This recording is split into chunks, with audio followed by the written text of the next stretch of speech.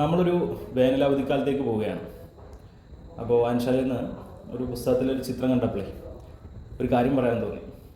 അതായത് ഈ വേനലവധി എന്ന് പറയുന്നത് നമ്മുടെ രക്ഷിതാക്കൾക്ക് വിരുന്ന് പോകാനുള്ള ഒരവസരമാണെന്നറിയാം.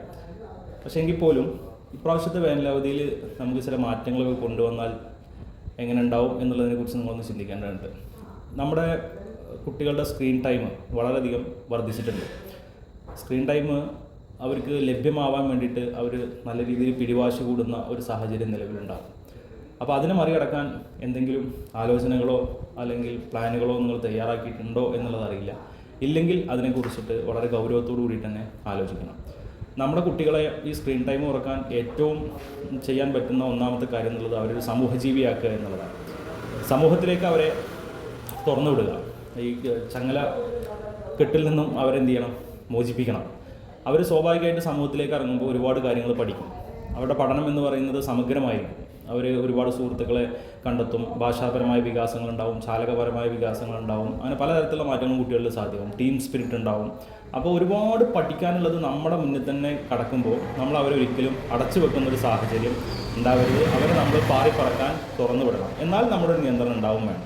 അതോടൊപ്പം തന്നെ കുട്ടികളുടെ ചില സർഗാത്മകമായ ശേഷികളുണ്ടാവും, ചിലപ്പോൾ ബുദ്ധിപരമായ ശേഷികളുണ്ടാവും. ആ ശേഷികൾ എന്താണെന്നുള്ളത് അധ്യാപകരുമായി ബന്ധപ്പെട്ട് സംസാരിച്ച് കണ്ടെത്തി അവർക്ക് ഈ വെക്കേഷൻ സമയത്ത് 2 മാസം ഏതെങ്കിലും തരത്തിലുള്ള ഇപ്പോൾ പാട്ടായിക്കോട്ടെ, അതല്ലെങ്കിൽ സംഗീത ഉപകരണങ്ങളായിക്കോട്ടെ, ഡാൻസ് ആയിക്കോട്ടെ, ഇനി സ്പോർട്സ് ആയിക്കോട്ടെ, അല്ലെങ്കിൽ ഏതെങ്കിലും തരത്തിലുള്ള മാർഷൽ ആർട്സ് ആയിക്കോട്ടെ, ഇനി അതിനൊന്നും ഇവിടെ നമുക്ക് സാമ്പത്തികമായിട്ട് കേണ്ടില്ല എന്നുണ്ടെങ്കിൽ ഓൺലൈനായിട്ട് തന്നെ ഒരുപാട് AI കോഴ്സുകളുണ്ട്. അതേപോലെ തന്നെ മറ്റ് കോഴ്സുകളും ഓൺലൈനായിട്ട് ലഭ്യമാകുന്നതുണ്ട്. ഒരു 1-ാം ക്ലാസ് മുതൽ ഒരു 7-ാം ക്ലാസ് വരെയുള്ള കുട്ടികളിലാണ് നമുക്ക് ഈ ഒരു വികാസം സാധ്യമാക്കാൻ കഴിയുക പ്രധാനമായിട്ടും.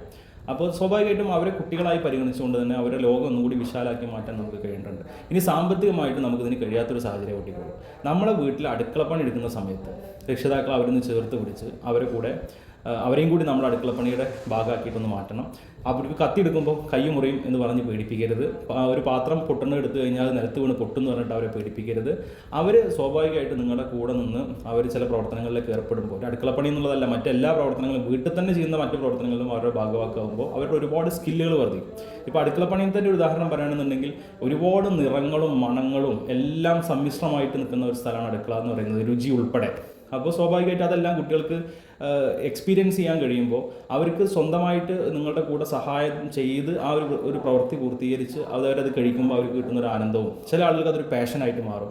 അപ്പോൾ നിങ്ങൾക്ക് കഴിയാവുന്ന രീതിയിൽ നിങ്ങളെ കുട്ടികളെ ഏതെങ്കിലും തരത്തിലുള്ള ഒരു ആക്ടിവിറ്റിയിലേക്ക് കൈ പിടിച്ച് നടത്തുക എന്നുള്ളതാണ് നമ്മുടെ ഉത്തരവാദിത്തം. അങ്ങനെ നമ്മൾ ചെയ്തു കഴിഞ്ഞാൽ സ്വാഭാവികമായിട്ടും അവരുടെ സ്ക്രീൻ ടൈം കുറയും. ഇനി അവർ അഥവാ സ്ക്രീൻ ടൈം ഉപയോഗിക്കുമെങ്കിൽ തന്നെ അവരുടെ ഇഷ്ടത്തിനനുസരിച്ച് നമ്മൾ അവർക്കൊരു പഠന പ്രക്രിയ എന്നുള്ള നിലക്ക് ഏതെങ്കിലും ഒരു മേഖലയിലേക്ക് അവരെ എത്തിക്കാൻ കഴിഞ്ഞാൽ അവർ സ്വാഭാവികമായിട്ടും അവരുടെ സെർച്ചിങ്ങിന് വേണ്ടിയിട്ട് ഉപയോഗിക്കുന്നതൊക്കെ ആ ഒരു മേഖലയിൽ മെച്ചപ്പെടാനായിരിക്കും. ഈ രീതിയിലുള്ള ഒരു പ്രവർത്തനം നമുക്ക് നടത്താൻ കഴിഞ്ഞാൽ ഒരുപാട് കുട്ടികളിൽ ഈ വെക്കേഷൻ കഴിഞ്ഞ് വരുമ്പോൾ ഇങ്ങനെ നിരവധി സ്കില്ലുകൾ ഉണ്ടാവും. അപ്പോൾ നമ്മുടെ കുട്ടികളുടെ ഒരു സ്കില്ല് മെച്ചപ്പെടുത്തുന്നതിനുള്ളതാവട്ടെ ഇനി വരാൻ പോകുന്ന 60 ദിവസം. അതിന് നിങ്ങളെല്ലാവരും അവരെ സ്വതന്ത്രമാക്കി വിടുകയും അതോടൊപ്പം തന്നെ അവർക്ക് ആവശ്യമായ സഹായ സഹകരണങ്ങൾ ചെയ്തു കൊടുക്കുകയും ചെയ്യണം എന്നുള്ളതാണ് പറയാനുള്ളത്. മാറ്റം നിങ്ങൾക്ക് നേരിൽ കണ്ടറിയാൻ കഴിയും.